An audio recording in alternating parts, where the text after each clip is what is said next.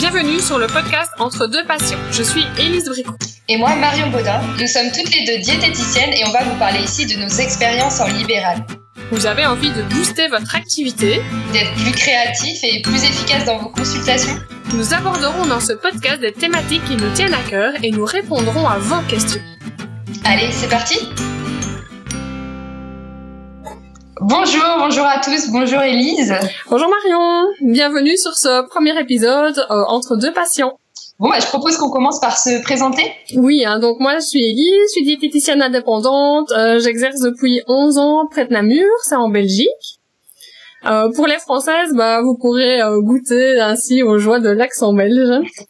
Je suis également cofondatrice de la formation Diète en transition et je suis vraiment ravie de lancer ce nouveau projet de podcast avec toi Marion.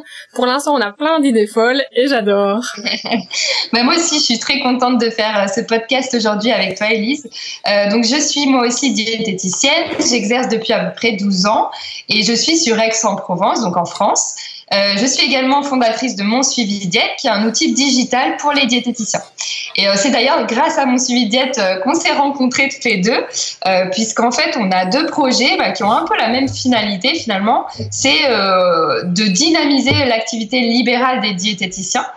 C'est ce qui nous a rapprochés, c'est ce qui nous a valu pas mal de discussions aussi autour du métier de diététicien, comment on pouvait moderniser la profession, dynamiser l'activité.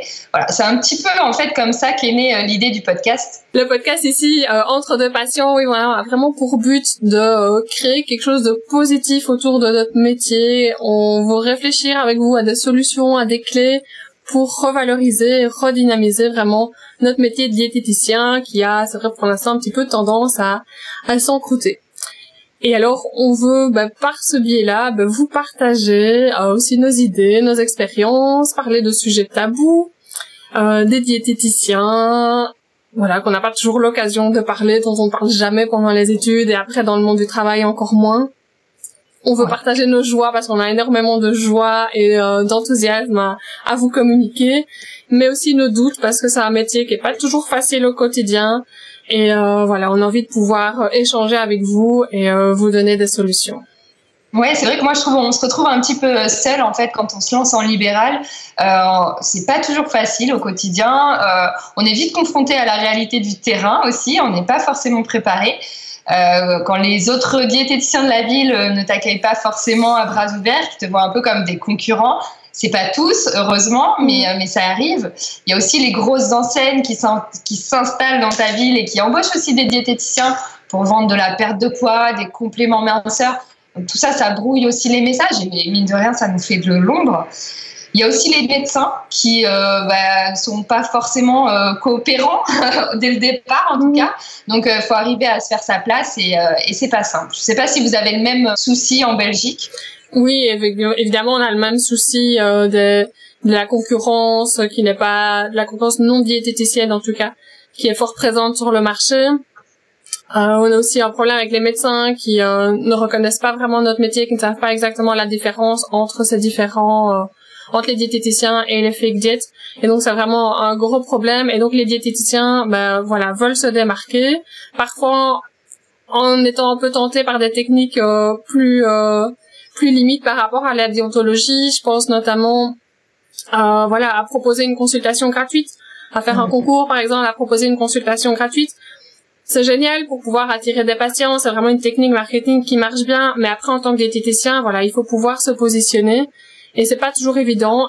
Et quand on utilise ces techniques-là, en général, vraiment, on a tendance à mettre le patient un petit peu en retrait, alors que c'est lui qu'on doit mettre devant. C'est vraiment le patient qu'on doit pas oublier et qu'on doit mettre au cœur de notre prise en charge. Vraiment. Ouais. Je suis d'accord et c'est vrai qu'on a souvent eu cette conversation. Où est-ce qu'en fait on peut se placer en termes de communication? Qu'est-ce qu'on peut faire? Qu'est-ce qu'on ne peut pas faire? Qu'est-ce que légalement aussi, en tant que professionnel de la santé, on peut faire ou on ne peut pas faire?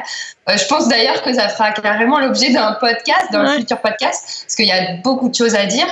Mais en tout cas, c'est vrai qu'au départ, quand on s'installe, on peut être tenté de réfléchir vraiment à la forme que va prendre notre communication, parce qu'on veut tout de suite se faire connaître. Et finalement, comme tu dis, on en oublie un peu le principal, le patient. et la qualité en fait de nos consultations. Et moi, je pense que de réfléchir à la qualité de ces consultations, de créer un lien de qualité avec son patient, de créer aussi un lien de qualité avec les autres professionnels de la santé, en faisant partie d'un réseau, en faisant des courriers aux médecins. Enfin, tout ça fait que c'est aussi pour ça que les patients vont venir nous voir et vont rester aussi. Et c'est là-dessus, en fait, qu'il faut travailler. Et d'ailleurs, dans Diète en transition, je trouve que vous insistez beaucoup là-dessus, sur la qualité des consultations. Moi, c'est ce qui m'a beaucoup plu. Oui, ça nous paraît vraiment évident, voilà, qu'il faut d'abord être super fier de sa consultation, être super fier de son travail, avant de vouloir faire une publicité quelconque, que ça soit, comme tu disais, par les réseaux sociaux ou par la distribution de cartes de visite, etc. Nous, vraiment, on travaille dans Diète en transition toujours sur la qualité des consultations. On veut vraiment que les diététiciennes puissent satisfaire au mieux leurs patients et plus facilement aussi les attirer, et donc plus facilement aussi les fidéliser. Alors fidéliser, c'est un grand terme, on abordera ça, je pense, dans un des prochains podcasts, où là on verra un petit peu, vous verrez notre vision et nos astuces pour fidéliser un patient. En parlant de fidéliser, Marion, ça me fait aussi penser à ton application qui, elle, permet d'améliorer la qualité des suivis, permet d'éviter l'annulation des rendez-vous, et donc au final, permet déjà de fidéliser tes patients. Oui, moi c'est pour ça que j'ai créé mon suivi diète, c'était vraiment pour pouvoir suivre ces patients entre 2 consultations et pouvoir les suivre vraiment et les accompagner sur la durée. Alors, c'est vrai que le terme de fidélisation, je suis pas fan parce que l'idée, c'est quand même de rendre ces patients autonomes. Mais évidemment qu'on peut pas faire ça en une consultation et que l'idée, c'est quand même de proposer des suivis sur du long terme. Ça, là-dessus, je pense qu'on est d'accord. Et mon suivi diète, c'était vraiment ça. C'était pouvoir proposer un outil pour garder ce lien et créer d'ailleurs un autre lien, en fait, que la consultation et qui s'inscrive vraiment dans la durée. Oui. Moi, ce que j'adore là dans cet outil-là, c'est qu'on peut vraiment se mettre au quotidien avec son patient, qu'on peut vraiment être présent tous les jours au moment de ses repas avec lui, et pour vraiment bien se recentrer sur la prise en charge de notre patient et vraiment aussi garder sa motivation.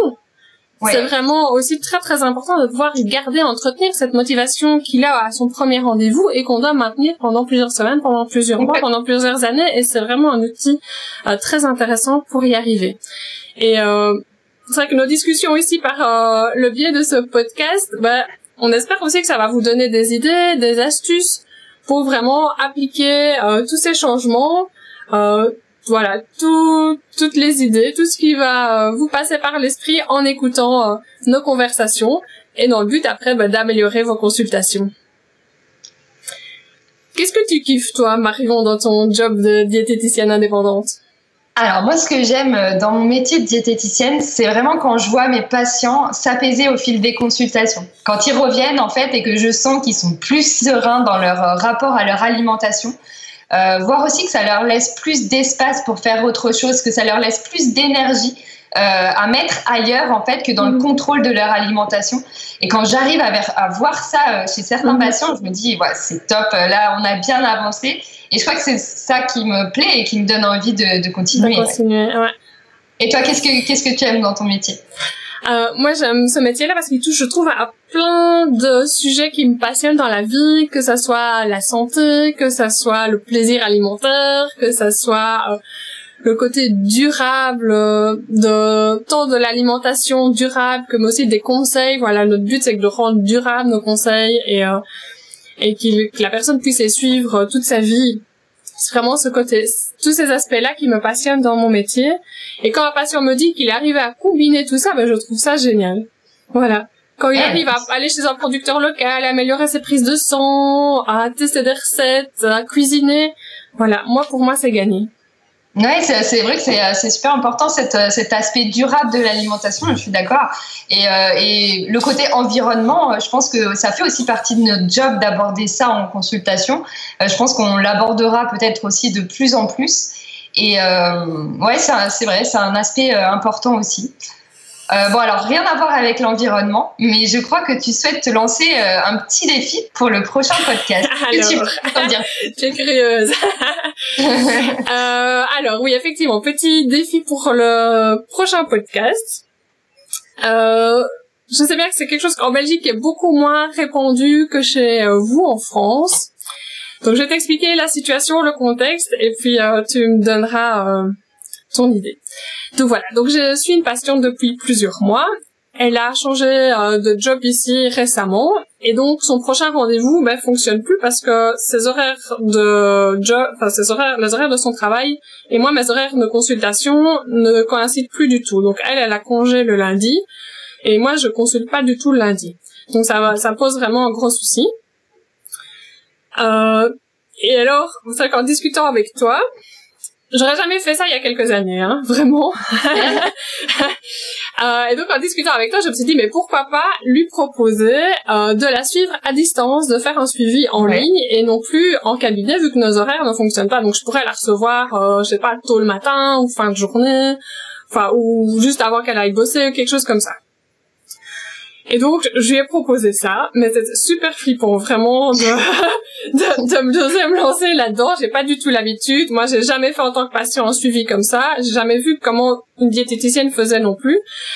Donc voilà, j'aurais bien aimé aborder ça dans le deuxième podcast. Voilà, te parler un peu de mes craintes, de mes essais, de mes erreurs, de voir ce qui fonctionne pas. Voilà, pour qu'on en discute et voilà, qu'on aborde ça vraiment la prochaine fois, si tu es d'accord. Ouais, c'est un super défi et moi du coup je pourrais partager peut-être mes trucs, astuces, en tout cas mes conseils pour faire des consultations en ligne, puisque moi j'ai toujours fait des consultations en ligne. Aujourd'hui je fais même plus que exclusivement des consultations en ligne. Donc ce sera peut-être l'occasion de partager nos avis là-dessus et nos façons de faire. Ok, super. Et d'ailleurs, si vous avez des questions sur les consultations en ligne ou si vous souhaitez qu'on aborde d'autres sujets dans les prochains épisodes, n'hésitez pas à nous poser vos questions directement. Merci à toi Marion, merci à toutes les diététiciennes et diététiciens qui nous ont écoutés et à la prochaine fois entre deux patients. Merci Elise.